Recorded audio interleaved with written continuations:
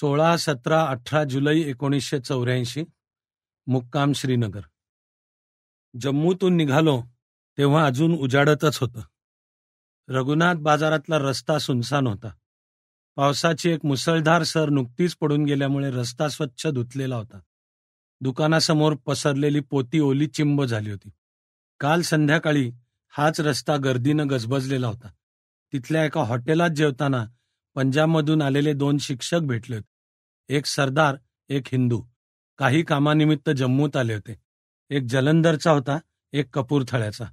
लष्करी कारवाईनंतर त्यांची दोस्ती झाली होती. त्यामुळे पंजाबमधला असंतोष, जातीय तणाव याविषयी प्रश्न विचारल्यावर एका सरदार शिक्षकानं चटकन उत्तर दिलं, आता आमच्याकडेच बघून ठरवाना काय ते, आम्ही एकत्र दिसलो असतो का? त्यांचं म्हणणं लष्करी कारवाई, विशेषतः सुवर्ण मंदिरातल्या लष्कराचा लांबत चाललेला वापर याबद्दल शीखांमध्ये असंतोष आहे, पण शीख विरुद्ध हिंदू असा मोठ्या प्रमाणावर विद्वेष अजूनही नाही. काळ हेच औषध आहे. हळूहळू लोक सर्व विसरून पहिल्याप्रमाणे सुखासमाधानानं नांदायला लागतील. पूर्वीचा आनंदी पंजाब डोलायला लागेल.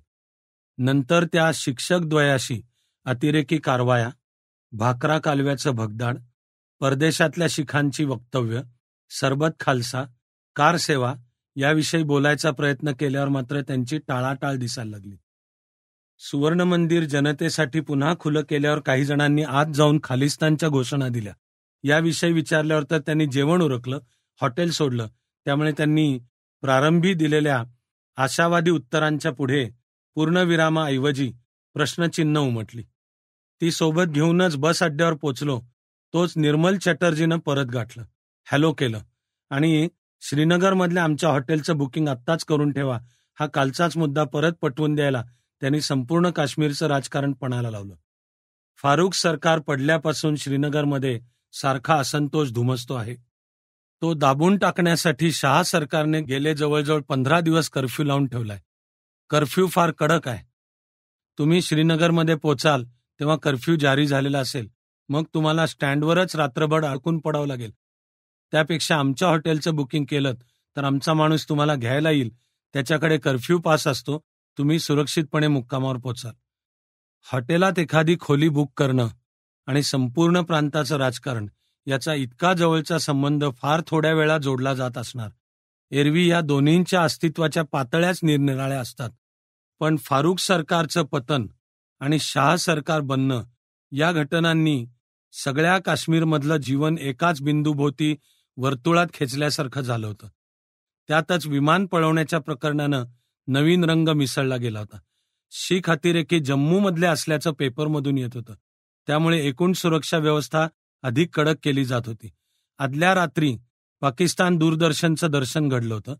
त्यावरून पंजाब काश्मीरमध्ये शिखांना कसं संशयाने वागवलं जातंय याची रसाळ वर्णनं ऐकायला मिळाली होती. काश्मीरभरची अस्वस्थता श्रीनगरमध्ये खदखदत होती. श्रीनगरमध्ये गेले 13 दिवस कडक कर्फ्यू. 13 जुलै हा काश्मीरमधला शहीदी दिवस. 1931 मध्ये या दिवशी स्वातंत्र्य आणि लोकशाहीकरता निदर्शनं करणाऱ्यांवर श्रीनगरमधल्या रिगल चौकात निर्घृण हल्ला झाला होता. त्यात अनेक जण शहीद झाले. त्या प्रसंगाच्या स्मृतिप्रित्यर्थ काश्मीरमध्ये 13 जुलै साजरा केला जातो. त्या दिवशी श्रीनगरमधल्या मशिदीतून खास नमाज अजान पडला जातो. यावर्षी यातलं काही झालं नाही कारण कर्फ्यू. कोणत्याही निमित्ताने लोक रस्त्यावर आले तर कोणतं वळण लागेल कुणास ठाऊक. त्यापेक्षा पक्का बंदोबस्त आवडलेलाच बरा. विरोधी पक्षांनी एकत्रितपणे श्रीनगरमध्ये मोर्चा काढायचं ठरवलं होतं. त्यावरही बंदी घालण्यात आली. नंबूद्रीपाद, ज्योती बसू आणि अन्य काही विरोधी नेते श्रीनगरमध्ये पोचले तर त्यांना हॉटेलातच जवळजवळ कैद करून ठेवण्यात आलं. तो 1.5 दिवस फारूक अब्दुल्लांचा ठाव ठिकाणा लागत नव्हता. त्यामुळे त्यांना अटकेत ठेवलंय इथपासून ते पाकिस्तानात फरारी झालेत इथपर्यंत काय वाटेल त्या अफवा पसरल्या होत्या. त्यामुळे श्रीनगरमध्ये कधी कसला डोंब उसळेल सांगता येत नव्हतं. असं सगळं असूनही मी त्याच्या हॉटेलचं बुकिंग करेना म्हटल्यावर मात्र निर्मल चॅटर्जींनी सिगरेट झटकत सांगितलं, साहेब आम्ही एवढे कोणाच्याही मागं लागत नाही, पण राजनीतीने सारा बिझनेस बिगाड दिया. तो सांगत होता ते खरं होतं. पर्यटन व्यवसाय हा काश्मीरमधला खऱ्या अर्थाने एकमेव उत्पादक व्यवसाय. बाकी रेशीम, शाली, स्वेटर्स, अक्रोड इत्यादी उद्योग पर्यटनावलंबी आहेत. त्यातून जुलै ऑगस्ट हे काश्मीरचे सर्वात चांगले महिने. एरवी पर्यटकांचे लोंढेच्या लोंढे इकडे लोटतात. अमरनाथची यात्राही याच काळात सुरू होते. यावर्षी पंजाबमधल्या घडामोडी आणि काश्मीरमधली अस्थिरता यामुळे पर्यटन व्यवसाय बर्फापेक्षाही थंड बनला होता. पंजाबमधून तर काश्मीरची अन्ननलिका, श्वासनलिका जाते. लष्करी कारवाईच्या काळात त्या दाबल्या गेल्यानं काश्मीरचे प्राण कोंडले होते. जीवनावश्यक वस्तूंच्या किमती आभाळाला भिडल्या होत्या. त्यातून घाबरा झालेला काश्मीरचा जीव जरा ठिकाणावर येतोय तोवर सरकार बदल, नवीन अस्थिरता, हिंसाचार, पुन्हा पर्यटन व्यवसाय बळी पडला. दिवसभराचा प्रवास संपवून श्रीनगरमध्ये पोचलो तेव्हाही हेच दृश्य दिसलं. श्रीनगरच्या आसपासच्या रम्य प्रदेशाची सैर घडवणाऱ्या सहली बंद होत्या. आरामगाड्या डेपोत पडून होत्या. नावा, शिकारे झेलममध्ये अस्वस्थपणे डचमळत होते आणि बसमधून उतरणाऱ्या दुर्मिळ प्रवाशांवर रिक्षावाले, हॉटेलवाले, प्रवासी कंपन्यांचे प्रतिनिधी तुटून पडत होते. श्रीनगरमध्ये पोचलो तेव्हा संध्याकाळचे 7:30 वाजले होते, पण स्वच्छ उजेड होता. झेलमच्या काठानं चालायला सुरुवात केल्यानंतर काही क्षणातच उजेड विरला. श्रीनगर अंधारात बुडून गेलं. मुक्कामी पोचण्यापूर्वी जम्मू श्रीनगर हा रम्य प्रवास पार पडला होता. प्रवास असा की काही काळ सगळं राजकारण, त्यातली उघडी नागडी सौदेबाजी, तत्वशून्यता यांचा विसर पडावा. सकाळच्या मस्त हवेत प्रवास सुरू झाला. काल रात्रभर जागरण झालं होतं. जरा डोळे मिटावेत म्हणून सीटवर डोकं ठेवून पाय शक्य तेवढे पसरले. तोवर बसनं जम्मू तावी सोडून श्रीनगरकडे चढायला सुरुवात केली होती. भोवती काश्मीरी निसर्ग सौंदर्याची लयलूट मुजरे करत होती. शेजारच्या सीटवर एक दोस्त भेटला. झोप विसरून गेलो आणि प्रचलित घडामोडी सुद्धा उंच उंच डोंगरांपलीकडे लपल्या. दोस्ताचं नाव स्तोब्दन फुर्त्सोग लोम्पो. स्तोब्दन फुर्त्सोग याचा अर्थ धष्टपुष्ट सशक्त, आणि याच्या बाबतीत नाव सोनूबाई हाती कथलाचा वाळा असला प्रकार नव्हता. जम्मूत शिकणारा हा लडाखी विद्यार्थी खरोखरच सशक्त दणकट होता. या मार्गावरनं त्याने अनेकदा प्रवास केला होता. त्यामुळे प्रत्येक वळणावळणाशी तो चांगला परिचित होता. मला परिचय करून देत होता. तो मला चिनार, देवदार, प्रॉपेलर्स, वॉलनट्स अशा वनश्रीचा परिचय करून देत गेला. तशी दोस्ती वाढत गेली. त्याचं प्रत्यंतर एकत्र चहा, जेवण, गप्पा ह्यात दिसलं. दरम्यान तो बौद्ध असल्याचं कळल्यावर दोस्तीला अधिकच मजा आली. शेवटी त्यांनी लोम्पोचा अर्थ सांगितला. लोम्पो म्हणजे धर्माधिकारी. एकीकडे डोळ्यांनी जम्मू काश्मीर पाहत होतो, तर दुसरीकडे धष्टपुष्ट धर्माधिकाऱ्याच्या तोंडून लडाख ऐकत होतो. असेच पहाड, त्यावरून वळत वळत गेलेले रस्ते, तळातून इथं खळखळत चिनाब वाहते, तिथं सिंधू, उण्यापुऱ्या लाखभर वस्तीचा 2 जिल्ह्यांचा विभाग, लेह आणि कारगिल. कारगिल मुस्लिम बहुसंख्याक, लेह बौद्ध. लडाख हे राज्य प्रथम वेगळं होतं. 47 नंतर भारत सरकारने लडाखी राजाला भारतात विलीन होण्याची विनंती केली. ती त्यानं मानली. स्तोब्दन म्हणतो, अशा रीतीने आम्ही भारतीय बनलो हे आमचं सुदैव मानायला हवं. आम्ही भारतीय बनलो ही शब्दरचनाच गंमतशीर आहे. त्यातून हे सुदैव म्हणणारा तरणाबाण जवान सीमावर्ती भागात भेटावा हे भारताचं सुदैव आहे. वाहत्या चिनाबसारखाच स्तोब्दन खळाळत बोलत होता. लेहची वस्ती, कष्टाळू बौद्ध, नवीन रस्ते आणि उद्योग, वाढीला लागलेला पर्यटन व्यवसाय, ट्रेकिंग, स्कीइंग, आईस हॉकी. हा जिल्हा सुद्धा मुस्लिम बहुसंख्य करण्याचे काश्मीर सरकारचे पद्धतशीर प्रयत्न, भारतीय लष्कराची वागणूक, शिस्त, काश्मीरच्या तुलनेत जम्मू आणि लडाखला मिळत असलेली सापत्नभावाची वागणूक, गाडीबरोबरच रोरावत वळणं घेत स्तोब्दनच्या गप्पा उंचीवर जाऊन पोचल्या. तिथून इकडे तिकडे दूरवरचा प्रदेश, पर्वत शिखरांचे माथे छायाचित्रात मावणार नाहीत एवढ्या सौंदर्यानिशी सज्ज होते.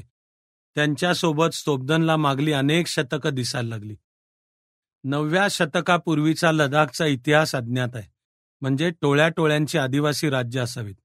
9व्या शतकाच्या प्रारंभी म्हणजे एका मतानुसार आद्य शंकराचार्यांच्या काळात बौद्ध धर्म लडाखमध्ये पसरला. त्याबरोबर पाली भाषा सुद्धा आली. ही हीनयान बौद्ध धर्माची, एखाद्या पंथाची जवळीक सांगणारी शाखा होती. तिथून बौद्ध धर्म तिबेटमध्ये सुद्धा दरवळत पोचला. 13व्या-14व्या शतकात तुर्की आक्रमणांनी बौद्ध धर्म लडाखमधून उद्ध्वस्त झाला आणि 15व्या शतकात तिबेटमधून परत लडाखमध्ये प्रवेशला. अशा रीतीने तिबेटनं शतकानुशतकाचं धर्मऋण सव्याज फेडलं. अजूनही लडाखमध्ये विविध बौद्ध उपासना पद्धती जिवंत आहेत. पाली भाषेतले मूळ धर्मग्रंथही सापडतात. स्तोब्दनचे आजोबा धर्मगुरू आहेत. त्यांना पुष्कळ माहिती आहे. त्यानं एकदम विचारलं, तू नॉस्ट्रडॅमस विषयी वाचलंयस का? 15व्या शतकात सेंचुरीज मारणारा हा फ्रेंच ज्योतिषी. बेटा, नॉस्ट्रडॅमस सध्या अखिल भारतीय कीर्ती मिळवून राहिलाय. आपल्या भविष्यामध्ये तो 20व्या शतकातल्या अतर्क्य हिंदू पुनरुत्थानाविषयी, विश्वविजयाविषयी सांगतो, असं ऑर्गनायझरचं म्हणणं आहे. पण तू नॉस्ट्रडॅमस वाचलास का, हा प्रश्न मला तरी काश्मीरपासून कन्याकुमारीपर्यंत भेटला. मला तर शंका वाटतेय की त्याचं नाव आता संघाच्या प्रातस्मरणात दाखल होईल. त्याच्या प्रश्नाला मी वाचलाय एवढं उत्तर दिल्यावर एकदम रंगात येऊन त्याने भविष्याशी जवळीक सांगणारी बौद्ध ग्रंथामधली भविष्य मला सांगितली. म्हणाला, माझ्या घरी मूळ प्रती आहेत, येतोस का, दाखवतो तुला. त्यानं विचारलं, तुझा विश्वास आहे का यावर? काय सांगणार त्याच्या प्रश्नावर? बटोटला गुरुद्वारासमोर आमच्याबरोबर नॉस्ट्रडॅमस हवा होता. आपल्या भविष्याच्या खरेपणाविषयी तो काळजीत पडला असता. पहाडांची पहिली पर्वत मालिका ओलांडून बस पुन्हा तळात उतरते, ती बटोट नावाच्या गावी. प्रवासी मार्गावर वसलेलं कोणतंही गाव असतं तसं हे बटोट. रस्त्याच्या दोन्ही कडांना पुष्कळ अंतरापर्यंत पंजाबी ढाबे पसरलेले होते. बस थांबली तिथेच समोर गुरुद्वारा होता. दुपारची वेळ. गुरुद्वारातल्या ध्वनिवर्धकावरून प्रवचन चालू होतं. सुवर्ण मंदिरावर भारताने हल्ला केला, शेकडो शीख शहीद झाले, आमचं स्वातंत्र्य धोक्यात आलेलं आहे, शिखांनी भारतासाठी एवढी कुर्बानी केली, पण गुलामीतून आम्ही अजून मुक्त झालो नाहीत, आता झाल्या प्रकाराचा पुरासूड उगवेपर्यंत आम्ही थांबणार नाही, आमचं स्वातंत्र्य मिळवूच. ऐकत लोक उभे होते, चिडीचिप्प. त्यात शीख सैनिक सुद्धा. बस निघण्याचा हॉर्न वाजल्यावर निश्वास टाकत नागरिक स्थानापन्न झाले. बटोट बरोबरच गप्पांचे इतर विषय मागे पडले. स्तोब्दन सांगत होता, अतिरेकी शिखांचे तळ अजूनही काश्मीरमध्ये आहेत. विमान हायजॅक करणाऱ्यांचा प्रमुख हरमिंदर सिंग तर जम्मूचाच. स्तोब्दनचा दोस्त, तो त्याला पिंकी म्हणत असे. पिंकी अबोल उत्तम खेळाडू होता. जम्मूत झालेल्या परीक्षांना सुद्धा अतिरेकी म्हणून कैदेत असलेल्या कित्येक शीख विद्यार्थी पोलीस पहाऱ्यात परीक्षेला येऊन बसत. आम्हाला वाटलं नव्हतं पिंकी असं काही करेल, इति स्तोब्दन. आम्हालाही वाटलं नव्हतं शिखांमधून असं काही वादळ चेकाळून उठेल, पण उठलं. सोबतीला काश्मीरमधल्या सनातन फुटीर कारवाया होत्याच, आता त्यांची हातमिळवणी झाली. श्रीनगरमध्ये शिरण्यापूर्वी सीमा सुरक्षा दल आणि लष्कर यांच्या आखीव रेखीव बरॅक्स लाग. स्तोब्दननं बोट दाखवून सांगितलं, हे इथे आहे म्हणून काश्मीर भारतात आहे. पीर पंजालच्या पोटातून भारतीय अभियंत्यांनी खोदलेल्या 2 किलोमीटरच्या जवाहर टनेलनं आणि 48च्या संग्रामानंतर केवळ वर्षभरातच बांधलेल्या जम्मू श्रीनगर रस्त्याने काश्मीर जोडून धरलेला. त्यापूर्वी श्रीनगरकडचे सर्व रस्ते रावळपिंडीतून जात असत. 48मध्ये पाकी घुसखोर श्रीनगरच्या विमानतळापर्यंत पोचलेले. भारतातून मदत पोचायला तेवढं एकच माध्यम शिल्लक होतं. केवळ 300 सैनिकांनिशी, अपुऱ्या साधनांनिशी कॅप्टन सोमनाथ शर्मांकडे कामगिरी आली. ती भारतातून मदत पोचेपर्यंत विमानतळ वाचवण्याची.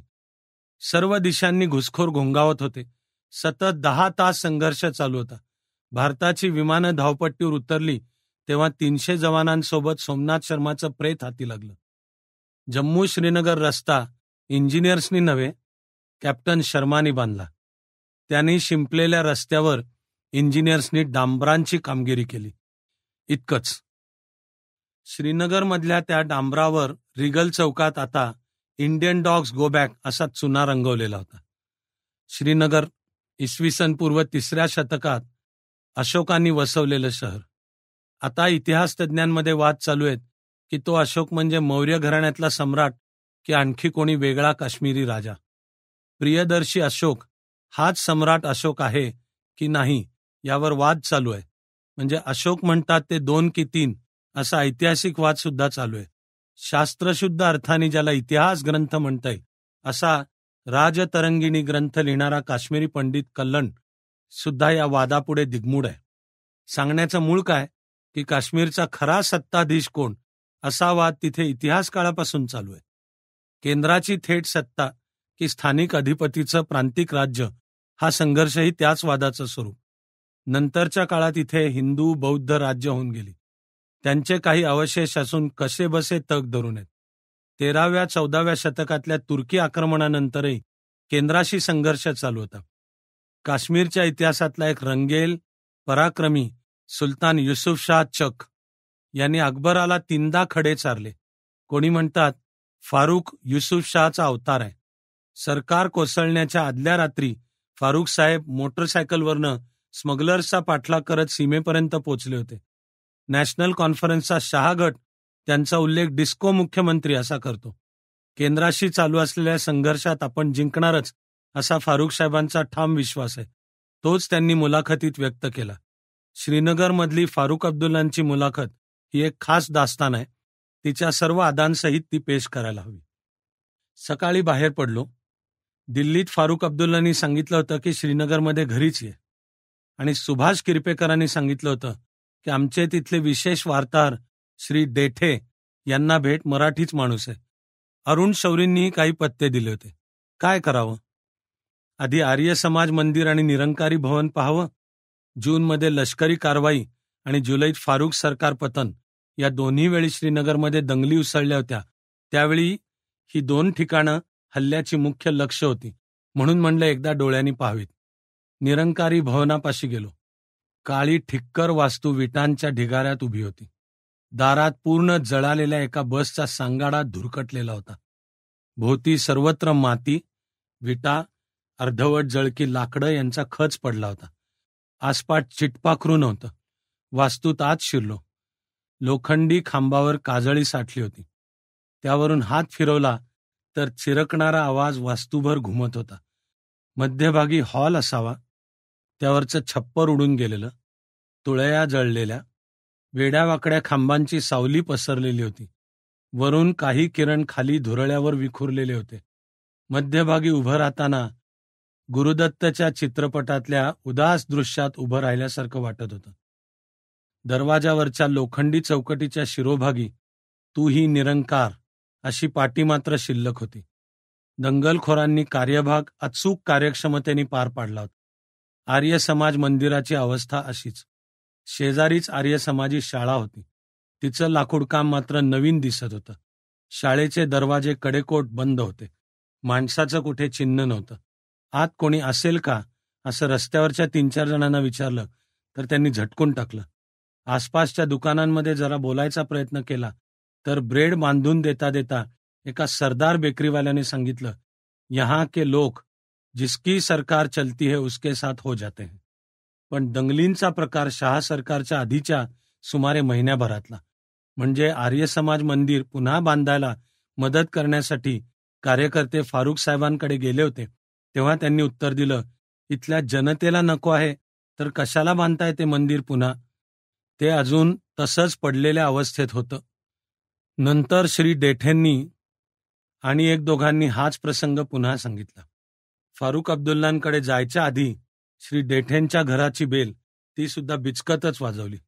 दार उघडल्यावर मराठीतून ओळख सांगितली तर इंग्लिशमधनं उत्तर आलं, आत या ना. आणि मला माफ करा, मला मराठी समजतं पण बोलता येत नाही. त्यांच्या मागच्या 2 पिढ्या कराचीत वाढल्या. फाळणीच्या काळात ते भारतात आले. गेली 5 वर्षे हा मध्यम उंचीचा, मध्यम बांध्याचा, बेदरकार जॉली माणूस टाइम्स ऑफ इंडियाचा विशेष वार्ताहर आहे. डाव्या हाताच्या बोटात कायम सिगरेट. कोचवर टेकता टेकता त्यांनी विचारलं, काय काम? मी सांगितलं, किस किस से मिलना है? फारुख, GM शाह, जगमोहन, मीरवाईज, मुफ्ती मोहम्मद सईद, मौलवी अन्सारी अशी नावं सांगितली. खटक्यात उत्तर आलं, सबको मिला देंगे. त्यांनी फोन फिरवायला सुरुवात केली. घराच्या वरच्या मजल्यावर डिस्को संगीताचा ठणठणाट चालू होता. त्याच्या तालावर बूट आपटत डेठेजी फोनवरनं बोलत होते. व्यवस्थित सजवलेल्या खोलीत पुस्तकं अस्ताव्यस्त पडली होती. त्यात चार्ल्स डिकन्स, जर्मनीचा इतिहास, काश्मीरचा इतिहास, महाराजा गुलाबसिंगाचं चरित्र, फ्री ऑफ कॅपराची विज्ञान आणि अध्यात्मावरची पुस्तकं होती. भिंतीवर एक वाक्य चिकटवलेलं होतं, गॉड ब्लेस दिस लाउझी अपार्टमेंट. फोन खाली ठेवून एक गिरकी घेत डेठेंनी सांगितलं, फारुकने बुलाया है, फौरन जाओ. आधी तू सगळ्या नेत्यांना भेट. फारुककडे जाऊन येईपर्यंत मी इतर वेळा फिक्स करतो. नंतर सर्वात शेवटी आपण चर्चा करू. आधीच बोलून तुझी मतं पूर्वग्रह दूषित व्हायला नको. आपल्या व्हिजिटिंग कार्डवर त्यांनी माझं आणि ताहिर मुदस्सर याचं नाव लिहून दिलं. यांना भेट, ते फारुकची गाठ घालून देतील. पटकन मुजाहिद मंजिलकडे निघालो. वाटेत रस्त्यावर सीमा सुरक्षा दलाचे पहारे चालू होते. चौकात हेल्मेट घालून, लाठ्या आणि बांबूच्या जाळीदार ढाली घेऊन सुरक्षा सैनिक तैनात होते. क्वचित नॅशनल कॉन्फरन्सची पोस्टर्स दिसत होती. त्यावर शेख साहेब, फारुक आणि सिंह कॉन्फरन्सचं निवडणूक चिन्ह रंगवलेलं होतं. नियमित वेळापत्रकासारख्या लष्करी गाड्याही रस्त्यावरून ये जा करत होत्या. त्यातून मशीनगन आणि जवानाचं हेल्मेट डोकावत असायचं. 2 दिवस सतत ते दृश्य पाहायला मिळत होतं. दिल्लीपासून एका प्रश्नाचा शोध घ्यायचा प्रयत्न करत होतो. 1953 मध्ये शेख साहेबांना अटक केली तेव्हा उभं काश्मीर खोरं भडकलं होतं. आत्ताची स्थिती तशी आहे का? हो, तशी नव्हे, त्याहून वाईट आहे, असं फारुक समर्थक ठासून सांगत होते. तर दोन्ही प्रसंग पाहिलेले पत्रकार सांगत होते की तशी हवा नाही. काश्मीरी जनमानसात फारुकना शेख साहेबांनी एवढं स्थान नाही, पण खरं उत्तर या लष्करी अर्धलष्करी भारी उपस्थितीखाली दडपलं गेलं होतं. नेमकं कळायला मार्ग नव्हता. मुजाहिद मंजिल शांतच होती. मुजाहिद मंजिल म्हणजे नॅशनल कॉन्फरन्सचं मुख्य कार्यालय. सदाशिव पेठेतला वाटावा असा जुना दुमजली कौलारू वाडा. खालेदा गटानं त्यावर दावा सांगितला नव्हता. त्यांचं म्हणणं, किरकोळ मुद्द्यावर भांडायची आमची इच्छा नाही. त्याला फारुक गटाचं उत्तर, खालेदा गट हा फुटीर गट आहे, त्यांचा गट नॅशनल कॉन्फरन्स नाहीच. म्हणून मुजाहिद मंजिल फारुक गटाकडे. दारात मोठ्या पोस्टरवर पंजा उगारलेल्या सिंहाच्या साक्षीनं शेख साहेब आपल्या साहिबजाद्यांना आशीर्वाद देत आहेत. शेजारी लाल रंगावर मध्यभागी नांगर धारण करणारा कॉन्फरन्स ध्वज फडकत होता. कार्यकर्त्यांची तुरळक आवकजावक चालू होती. फारशी गर्दी नव्हती. पहिल्या मजल्यावर विचारलं, ताहिर मुदस्सर साहेब कुठे भेटतील? वर विचारलं, माहीत नाही. दुसऱ्या एकानं खोलीचं दार उघडलं. हे ताहिर मुदस्सर. ताहिर मुदस्सर हे काश्मीरमधले सुप्रसिद्ध पत्रकार, लेखक, फारुक अब्दुल्लांचे जनसंपर्क प्रमुख. नुकत्याच सत्ता बदलानंतर फारुकना पाठिंबा देण्याबद्दल त्रासही त्यांना सोसावा लागला होता. हसून त्यांनी बसायला सांगितलं. ओळखपत्र वगैरे विचारलं. संपूर्ण दौऱ्यातला हा एकमेव प्रसंग. दाखवलं. पांढऱ्या शुभ्र वेशातला, अर्धटक्कल पडलेला, काळ्या काड्यांचा, बुद्धिवादी वाटणारा चष्मा घातलेल्या गोल चेहऱ्याच्या या गोऱ्यापान माणसानी आपलं नाव श्रीयुत वासुदेव विष्णू पटवर्धन आहे असं सांगितलं असतं तरी मी विश्वास ठेवला असता. त्यांनी बोटाला धरून फारुक साहेबांच्या खोलीत नेलं.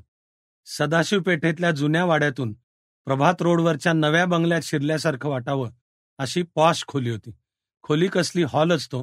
दारापाशी पुन्हा बापलेकांच्या तस्विरी जय विजय सारख्या लावल्या होत्या. भिंतींना टेकून असलेल्या खुर्च्यांवर पक्ष सचिव शेख नजीर, कायदेमंत्री म्हणजे माझी, प्यारेलाल हांडू आणि इतर काही जण. प्रत्येकानं आवर्जून ओळख करून घेतली आणि दिली.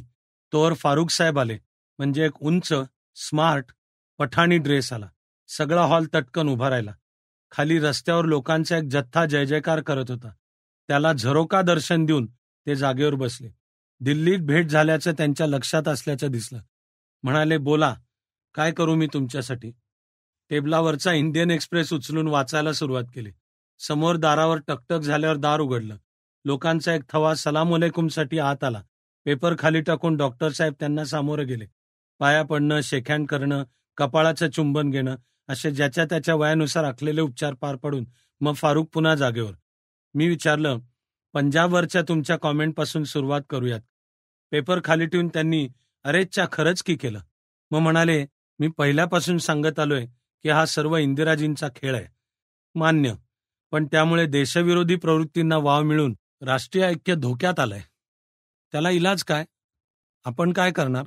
आता जर खालिस्तानहून देश तुटला तर त्याला इंदिराजी जबाबदार असतील. पुन्हा दार उघडलं गेलं. हातात ब्रीफकेस घेऊन धापा टाकत एक कोवळा तरुण आला. अश्विनी कुमार, बांडीपूरच्या कॉन्फरन्सचा कार्यकर्ता. फारुक साहेबांची भेट झाल्याचा आनंद त्याच्या चेहऱ्यावरून ओसंडून वाहत होता. ताहीर साहेबांनी पाठ थोपटत सांगितलं, हा आपला बांडीपूरचा हिरो. अश्विनी कुमारनं तशीच धापा टाकत बोलायला सुरुवात केली. 20 जुलैनंतर मी गावात सभा घेतली. तो क्या हुआ कि मेरी कम्युनिटी के जो लोग थे सारे मेरे खिलाफ हुए, लेकिन मैंने भी कहा राजपूत का खून है. पहले शेख साहब के लिए काम करता था, अब फारूक के लिए काम करूंगा. पेपर खाली टाकून डॉक्टरांनी मला सांगितलं, संध्याकाळी तुम्ही घरीच या, निवांतपणे बोलू, इथे अशीच गडबड चालणार. अश्विनी कुमारला घेऊन ते आतल्या खोलीत गेले. संध्याकाळी घरी गेलो. 2 तास शेख नजीर हांडू यांच्याशी गप्पा मारल्या. फारुक साहेबांचा पत्ताच नव्हता. हांडूंनी कळकळीने सांगितलं, उद्या सकाळी 9 पूर्वी या, निश्चित भेटतील. गेलो. दुसऱ्या दिवशी सकाळी 8:30ला. त्या दिवशी बसमधनं जाताना सोनोवार ब्रिजचा स्टॉप सांगितला आणि सीटवरच्या आजोबांना विनंती केली की स्टॉप आला की सांगा. कुठं जायचंय? डॉक्टर फारूककडे. किसी अखबार के हो? हाँ तो बेशक लिखो बेटा, हम फारूक के सिवाय किसी और को नहीं चाहते. आजोबा एकदम भावुक झाले. इतना सा था तो मेरे हाथों से पानी पीता था. मिशन स्कूल में था. दोपहर को खेलने के बाद रोज मुझे कहता था अब्बा पानी पिलाओ. फिर बाद में वो लंदन चला गया. फारूक बद्दलचे हेच प्रेम त्यांच्या अनुयायातही आढळतं. बंगल्यावरच्या गॅरेजवजा ऑफिसात अनुयायी जमलेले होते. डॉक्टर साहेबांची वाट पाहत होते. आत्ता येतील असं सांगून मला बसवून घेतलं. गप्पांचा डाव टाकला होता. शेख नजीर हांडू यांच्या संवादातून फारुक अब्दुल्लांचा पक्ष मांडलेलाच होता. आज एक उंच बांधेसूद माणसाने अप्रतिम उर्दूत उस बेचारे की बाजू मांडली. म्हणजे रंगात येऊन त्यानं एक सुरेख व्याख्यानच दिलं. मागच्या निवडणुकात इंदिरा राजीव यांनी हिंदूंना चिथावलं. कॉन्फरन्सचा ध्वज दाखवून विचारलं, इसको वोट दोगे तो पाकिस्तान को वोट दोगे. जम्मू राजौरी भागातल्या त्यांच्या जातीयता भडकवणाऱ्या भाषणाच्या टेप्स आहेत. तालिब हुसेननं नंतर त्या विधानसभेत पेश करायला परवानगी मागितली होती. इस बेचारेने उसको रोका. जे झालं ते गेलं, आता भांडण नको. नेत्याचा एकारार्थी उल्लेख ही एक नवी स्टाईल आपल्याकडे येऊ लागली. दिल्लीपासून अनेक नेत्यांचा अरेजारे उल्लेख मी ऐकत आलो. राजकीय नेत्यांची मध्ययुगीन सरंजामदारासारखी खिदमत करण्यापेक्षा त्यांना असं एकारार्थी संबोधणं स्वागतार्हच मानायला हवं. पण या कार्यकर्त्याची झेप त्याच्याही पुढे होती. तो फारूकचा उल्लेख एक बेचारा असा करत होता. इस बेचारे का क्या दोष?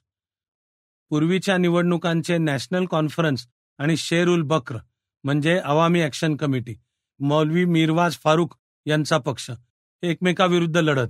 ते शत्रुत्व यानं मिटवलं. तर काँग्रेसनं शिया सुन्नी हिंदू मुस्लिम भेद भडकवायचा प्रयत्न केला. पण इथे असा भेद कधी नव्हताच.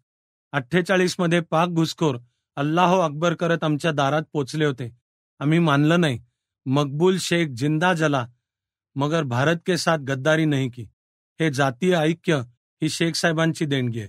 1965-71 मध्ये इथे मंदिरांवर झालेले हल्ले आम्ही अडवले. पंडित समाजाला आम्ही वाचवलं. याउलट 1947 मध्ये इथल्या हिंदूंना जम्मूत सुरक्षित पोचवायला 49 मुसलमान टांगेवाले गेले, तर त्यातले 48 मारले गेले. एक जिवंत परतला. तर शेख साहेबांनी अनंतनागला त्यालाच अटकेत टाकलं. त्यांनी ही बातमी फोडून दंगा फसाद माजू नये म्हणून.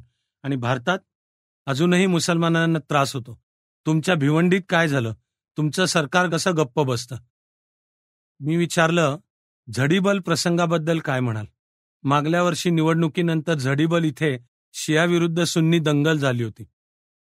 फारूकने स्वतः फौरन जाऊन ती दंगल रोखली. आणि ती क्रिकेट मॅच, उसमें तो कुछ हुआ ही नाही.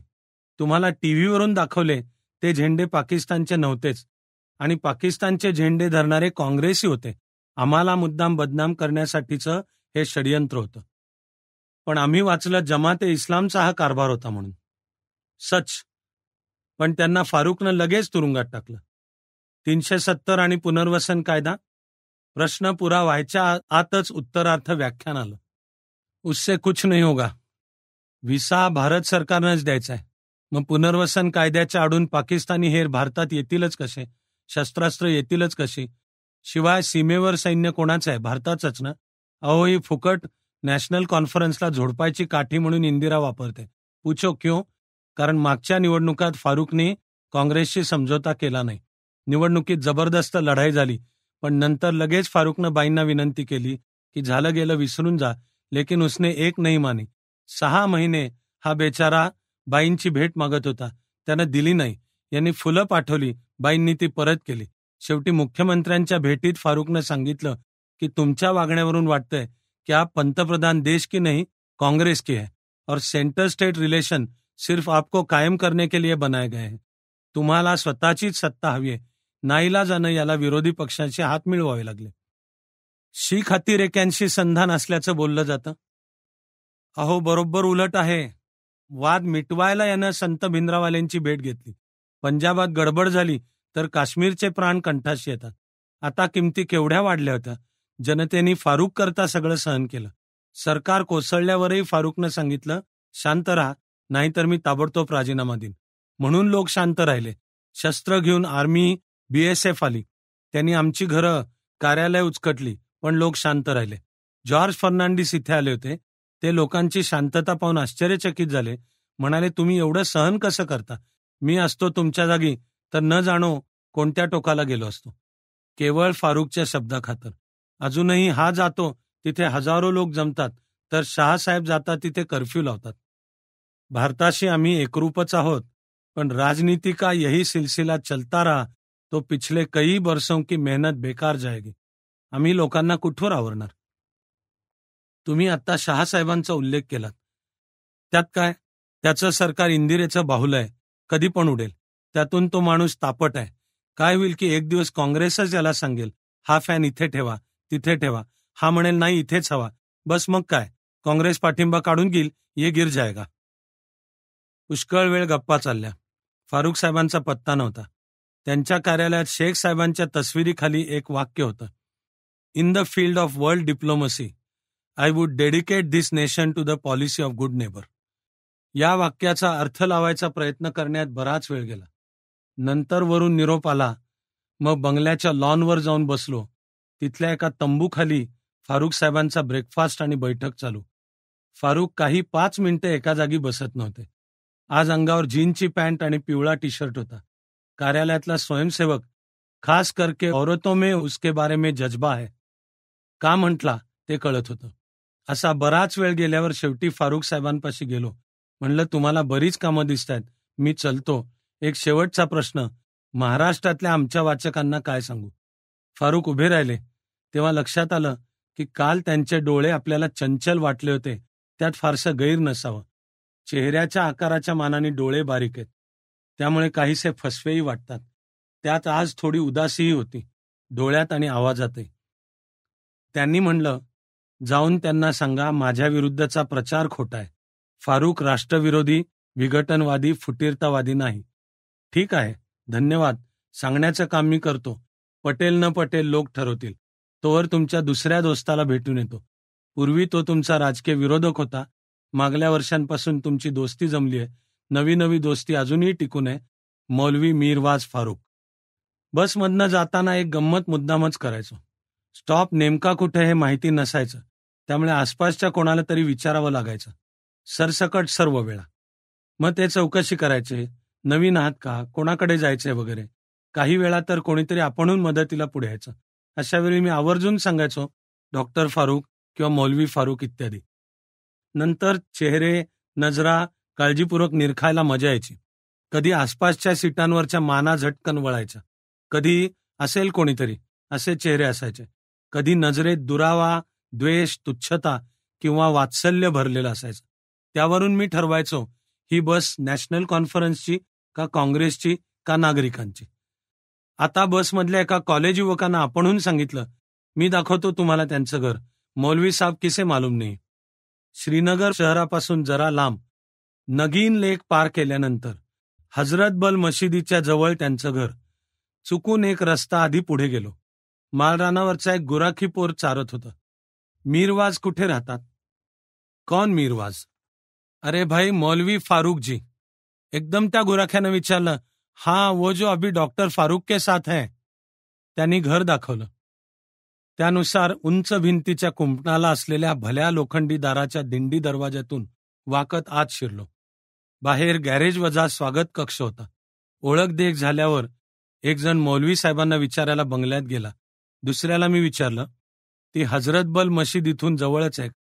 हा, क्यों जाओगे वहां? नीट निरखत त्याने विचारलं, मुसलमान हो? हा, मुसलमान हूं, हिंदू हूं, सब कुछ हूं. नाहीतरी आतून निरोप येईपर्यंत गंमत करायला बराच वेळ होता. विचारलं की मशिदीत जाताना डोक्यावर काही वस्त्र घ्यावं लागतं ना? तो म्हणाला, बिलकुल नहीं, हमारा मजहब ऐसी कोई मर्यादा नहीं सिखाता, बेशक जाइए आप. निरोपाला बोलवलंय. त्यानुसार आलिशान घराच्या मुलायम हिरवळीवरनं संकोचानं पावलं टाकत मागच्या पोर्चमध्ये पोचलो. डोंगराच्या कुशीत नेमक्या वसलेल्या घराच्या कुशीत पलंगावर मौलवी आराम करत होते. डोळ्यावर गॉगल. कायम डोळ्यावर गॉगल असणारा माणूस आपल्याला उगीच असं वाटायला लावतो की काहीतरी पाणी मुरतंय खास. हा बरंच हातचं लाखून बोलत असणार वगैरे. GM शहांचे बरेच फोटो गॉगलवालेच होते आणि उदाहरणार्थ MGRचे सुद्धा. फोटोत स्वच्छ डोळ्याचं दर्शन झालं नाही तर चुकल्यासारखं होतं. मौलवी साहेबांना 5च मिनिटं होती, नंतर कुठेतरी लग्नाला जायचं होतं. ओके, 5च मिनिटात संपवतो.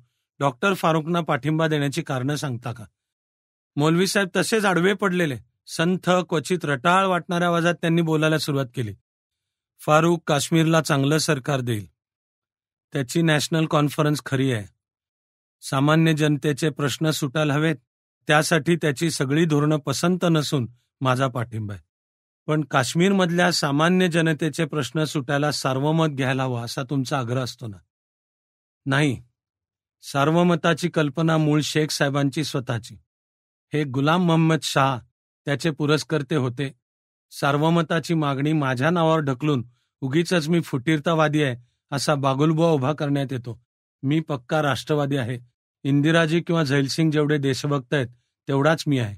मी लोकशाहीचा पुरस्कर्ता आहे. काश्मीरमध्ये लोकशाहीला धोका निर्माण झालाय म्हणून मी फारुकच्या बाजूने. लोकशाहीला धोका जातीयतेमुळे, हिंसकतेमुळे निर्माण होतो ना? पेपरात आम्ही वाचलं की भिवंडीच्या दंगलीची हिंसक प्रतिक्रिया श्रीनगरमध्ये उमटली होती. यावर तुमचं मत काय? आवाज अजून तसाच बसका, पसरट, मूर्ती पलंगावर आडवी. तसं होणं चूक आहे. भारतात जातीय सलोखा नांदायला हवा आणि जेव्हा सर्व जाती, पंथ, धर्मभेद दूर होतील तेव्हाच हे शक्य आहे. जेव्हा अल्पसंख्याक मोकळेपणाने, निर्भयपणाने नांदू शकतील तेव्हा जातीय सलोखा प्रस्थापित होईल. म्हणजे आत्ता अल्पसंख्याक मोकळेपणाने नांदत नाहीत का? नाही, त्यांना न्याय मिळत नाही अशीच भावना आहे. मी भारतभर प्रवास करून हे मत बनवलंय. आज मुसलमानांना आपण केवळ मताचा गठ्ठा आहोत. राजकीय कारणासाठी आपल्याला वापरलं जातं असंच वाटतं. मी ह्या राजकारणाच्या विरुद्ध आहे. काश्मीर हा मुस्लिम बहुसंख्याक प्रांत आहे, तर इथे विघटनवादी कारवाया चालतात या आरोपाखाली सरसकट सर्व मुसलमानांची देशनिष्ठा संशयास्पद मानली जाते. 5 मिनिटं संपत आली असावीत म्हणून मी मधल्या बऱ्याच पायऱ्या गाळत या प्रश्नापर्यंत पोचलो. हमने तो पढ़ा है कि मीरवाज कम्युनल आदमी है. तटकन मीरवाज मौलवी फारूक उठून बसले. डोळ्यावरचा गॉगल काढला. आवाज चढवत म्हणाले, कौन कहता है मीरवाज कम्युनल है? If Mirwaiz is communal it means all Muslims are communal. Mirwaiz को कम्युनल कहना पूरी मुस्लिम कम्युनिटी का अपमान है. तुम्ही एक तरी उदाहरण देऊ शकता का? मी आग्रह धरतो की काश्मीरची आयडेंटिटी सुरक्षित हवी. हे जातीयतेचं निदर्शक आहे की कलम 370 राहायला हवं म्हणण्यात जातीयता आहे? हे तर आम्हाला घटनेने दिलेले हक्क आहेत. आवाज चढलेला, दोन्ही हाताने हवेत वर्तुळं, प्रश्नचिन्ह रेखली जात होती. गॉगल काढल्यानंतर हा तरुण, दाढी ट्रिम केलेला चेहरा जास्त स्मार्ट दिसत होता, तर संतापाने चेहरा लालबुंद झालेला होता. मी जातीय नाही, धार्मिक आहे. मी माझा धर्म पाळण्यात, त्याचा प्रचार करण्यात काय गैर आहे? पण या राजकारण्यांना प्रत्येक बाबतीत त्यांचा स्वार्थ दिसतो, म्हणून मीरवाजवर जातीयतेचा शिक्का बसतो. माझ्या मागे लोक आहेत म्हणून हे स्वार्थी नेते माझ्या मागे येतात. त्यांना वाटतं की मीरवाज आपल्या मागे हवा. मग मीरवाज कोणाच्याच मागे नाही. मीरवाज आहे भारताच्या, मानवतेच्या पाठीशी. जातीय हितसंबंधापेक्षा राष्ट्रीय हितसंबंध महत्वाचे आहेत. मग राष्ट्रहितासाठी जातीय सलोखा स्थापन करायला तुम्ही कोणता उपाय सुचवाल? मला माझा धर्म पाळू द्या, तुम्ही तुमचा पाळा. खरी धर्मनिष्ठ व्यक्ती कधी जाती असूच शकणार नाही. मुसलमानांमध्ये जर भारतभर ऐक्य प्रस्थापित झालं तर हिंदू मुस्लिम सलोखा सहजपणे निर्माण होईल. काश्मीरमध्ये भारतविरोधी कारवाया चालतात हे तुम्ही नाकाराल का? हो, निश्चितच. अशा कुठल्याही देशविरोधी कारवाया इथे चालत नाहीत. काश्मीर भारतीय राष्ट्राशी एकदम मिसळून गेलंय. डॉक्टर शेख साहेब आणि बक्षी साहेब यांच्या काळात मात्र अशा कारवाया चालत, पण मग त्यांचा दोष आम्हाला देता कामा नये. क्रिकेटच्या सामन्यामध्ये काही घडलं नाही. भारतीय खेळाडू वाईट खेळले, लोकांनी त्यांची हुर्रे केली, उगीच त्याला भडक प्रसिद्धी देण्यात आली. कानपुरातही क्रिकेट सामन्यात लोकांनी खेळाडूंची टवाळी केली, त्याला नाही कोणी म्हणत देशविरोधी कारवाया. मकबूल भटला फाशी दिल्यावर इथे दंगल झाली होती? नाही. पेपरात चुकीच्या बातम्या आल्या होत्या. उलट तुमच्याकडेच नुकतीच भिवंडीत दंगल झाली, त्यात मुस्लिमांची खूप हानी झाली असं आम्ही ऐकून आहोत. असं सांगून मौलवी साहेबांनी बाळासाहेब ठाकरे कोण, शिवसेना काय आहे असे प्रश्न विचारले. मग मुलाखतीचं रूपांतर गप्पात झालं. घरातून चहा बिस्किट आली. 5 मिनिटं तर कधीच होऊन गेली होती, पण मौलवी फारुक मूडमध्ये होते. गप्पांच्या ओघात मी आमच्या पंजाब सद्भाव यात्रेविषयी त्यांना सांगितल्यावर त्यांनी विचारलं, भिंडरावाल्यांना भेटला होता का? हसून त्यांनी म्हणालं, हमको कश्मीर का भिंडरावाला कहते हैं, वो तो मर गया बेचारा, अब हम बचे हैं. निघण्यापूर्वी मी त्यांना विचारलं, तुमचा संक्षिप्त बायोडेटा मिळेल का? घरातून त्यांनी एक पुस्तिका आणवली. मागल्या वर्षी इक्बाल पार्कवर झालेल्या भाषणाची ती पुस्तिका होती. तिचं शेवटचं पान फाडून त्यांनी दिलं, ब्रीफ लाईफ स्केच. मी पूर्ण पुस्तिकाच मागितली. काही आवश्यकता, उपयोग नाही असं उत्तर मिळालं. संक्षिप्त आलेखात जन्म, धर्माची सेवा, कुराणचा काश्मीरी अनुवाद, काही नियतकालिकांचा संपादक या सर्वांसोबतच आणखी माहिती होती. मीरवाज यांनी 1964 मध्ये अवामी ॲक्शन कमिटी स्थापन केली. काश्मीरच्या लोकांच्या लोकशाही हक्कांचं रक्षण करणं हा या कमिटीचा उद्देश होता. त्याच्या पुढचं एक वाक्य पेननी खोडून पुस्तिकेतलं ते पान फाडून त्यांनी माझ्या हातात ठेवलं. खोडलेलं वाक्य होतं, विशेषतः मी सर्व धर्मांची कदर करतो, पण आपल्या धर्माच्या आधी देशाचा स्वीकार करा, काश्मीरी जनतेच्या स्वयंनिर्णयाच्या हक्काचं रक्षण करणं, वगैरे वगैरे. शेवटी मी विचारलं, काय सांगून आपल्या मुलाखतीचा शेवट करणं तुम्हाला आवडेल? जाऊन तुमच्या लोकांना माझा संदेश द्या, म्हणावं मीरवाज भारत भक्त आहे, सर्व देश हे माझं कुटुंब आहे, सर्व धर्म समान आहेत, हिंदुस्थानबद्दल वफादार राहा. संध्याकाळ झाली होती. हजरतबल मशिदीतून सुरेख वळणं घेत बांगेचे स्वर पहाडभर घुमत होते. 2 फारुकांनी ही काय जबाबदारी माझ्या शिरावर टाकली? आम्ही हिंदुस्थान विरोधी नाही, भारत या राष्ट्राचेच आम्ही पाईक आहोत. आणि काँग्रेसचे नेते GM शाह, जगमोहन पुन्हा पुन्हा ठासून सांगत होते, फारुक देशविरोधी कारवायामध्ये गुंतलेले आहेत.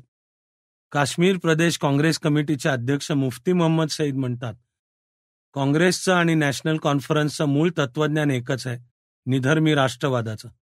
फारुक अब्दुल्लांच्या नेतृत्वाखालच्या नॅशनल कॉन्फरन्सनं या तत्वज्ञानाशी फारकत घेऊन जातीय फुटीर राजकारण सुरू केलं, म्हणून आम्ही त्यांना खाली खेचलं. जवळजवळ हे असंच उत्तर GM शहानी दिलं होतं. फक्त त्यांच्या बोलण्यात आणखी एक नवीन मुद्दा होता की काश्मीरच्या अर्थव्यवस्थेचा विचार करता केंद्र सरकारशी संघर्ष घेणं राज्य सरकारला परवडणारं नाही. फारुक यांच्या संघर्षाच्या भूमिकेपायी काश्मीरची संपूर्ण अर्थव्यवस्था धोक्यात आली आहे. विकास कार्य आर्थिक पाठबळाविना खोळंबली आहेत. काश्मीरच्या राजकारणातल्या या आर्थिक अंगाला राज्यपाल जगमोहन यांनी इतकंच महत्त्व दिलं. ते म्हणाले, केंद्र सरकार दरवर्षी काश्मीरमध्ये निखळ 100 कोटी रुपये ओततं. ते कुठे जातात? काश्मीरमधल्या बोटावर मोजता येतील इतक्या घराण्यांमध्ये. ही घराणी गडगंज पैसे मिळवून राहिलेत आणि त्या पैशाच्या आधारावर त्यांचं राजकारण चालू असतं. कौटुंबिक वाद, सत्ताकारण आणि बागुलबुवाच्या रूपात फुटीरतावादाचा कौशल्यपूर्ण वापर हे सर्व या आर्थिक राजकीय हितसंबंधामधून जन्माला येतं. यावर उपाय काढायचा तर जगमोहन यांचं म्हणणं, काश्मीरच्या घटनेत राजकीय यंत्रणेतच मूलभूत बदल आवश्यक आहेत. पण तूर्त अस्तित्वात असलेल्या घटनेच्या चौकटीत मला जे करता येणं शक्य होतं ते सर्व मी केलं. सगळ्या मुलाखतींमध्ये आवडला या भाषेत कोणाचं वर्णन करायचं झालं तर मी जगमोहन यांचं नाव घेईन. बाहेर शिव्याशापांचा वर्षाव होत असताना राजभवनात हा मध्यम उंचीचा गोरापान पंजाबी गृहस्थ शांत, खंबीर, अभिनिवेश रहित दिसला. आमच्याशी मोकळेपणाने बोलला, पण डू नॉट कोट मीच्या खोड्यात अडकवून ठेवलं. तो शब्द पाळायला हवा. काँग्रेस लेजिस्लेचर पार्टीचे प्रतोद मौलाना इफ्तिकार हुसेन अन्सारी यांनी मात्र असं अडकवलं नाही. झडीबलच्या शिया सुन्नी दंगलीचं वृत्त सांगून त्यांनी खुलेआम आरोप केला की ही दंगल घडवण्यात फारुख साहेबांचाच हात आहे. त्यांची धोरणं शिया विरोधी आहेत. त्यामुळे मागच्या 83च्या निवडणुकीत काश्मीर खोऱ्यातला 18% शिया वोट नॅशनल कॉन्फरन्सच्या विरोधी गेलं. त्या आधारावरच मौलाना अन्सारी पट्टण मतदारसंघातून निवडून आले. त्यापूर्वी काँग्रेसला काश्मीर खोऱ्यात कधीही एक सीट सुद्धा मिळाली नव्हती. यामुळे चिडून फारुखच्या सुन्नी अनुयायांनी झडीबलच्या शियापंथीयांवर योजनाबद्ध हल्ला चढवला होता, असं मौलाना अन्सारींचं म्हणणं. पण काँग्रेसचे जम्मू भागाचे नेते श्री जनकराज गुप्ता यांच्या बोलण्यात जम्मू भागाचे प्रश्न, त्याचं आर्थिक मागासलेपण आणि काश्मीर पुनर्वसन विधेयक हे मुद्दे होते. त्यांची ओळख करून देताना मला सांगण्यात आलं होतं की शहा यांच्याबरोबर 13 आमदारांना सद्बुद्धीची प्रेरणा देणारे हेच ते श्री जनकराज गुप्ता. म्हणजे किती नाना रंगांचे नाना तऱ्हांचे मुद्दे परस्परांना छेद घेत धावत होते. आर्थिक, सामाजिक, राजकीय, त्यासोबत कौटुंबिक आणि भौगोलिक सुद्धा. पण उभ्या आडव्या तिरक्या धावणाऱ्या सर्व विचार रेषा एका समान बिंदूतून जात होत्या. तो बिंदू म्हणजे राष्ट्रवाद. म्हणून फारुख देशविरोधी आहे नाही असा मुख्य परिसंवाद काश्मीरमध्ये रंगाला आला होता. सीमावर्ती प्रांत, अल्पसंख्याक वस्तीचं बाहुल्य, राज्यघटनेचं वैशिष्ट्य या सर्वांमुळेच त्या परिसंवादाचा परीघ केवळ काश्मीरपुरता मर्यादित राहू शकत नव्हता. संपूर्ण राष्ट्रीय अस्मितेच्या प्रश्नाच्या एका महत्वाच्या हिस्साचा कस तिथे पणाला लागल्यासारखा झाला होता. राष्ट्रवाद आणि लोकशाही ही दोन आधुनिक जीवनाची मूलभूत मूल्य. त्यापैकी पहिलं मूल्य पंजाब, काश्मीर, आसाम सुद्धा घडामोडींमध्ये रणांगणात आहे.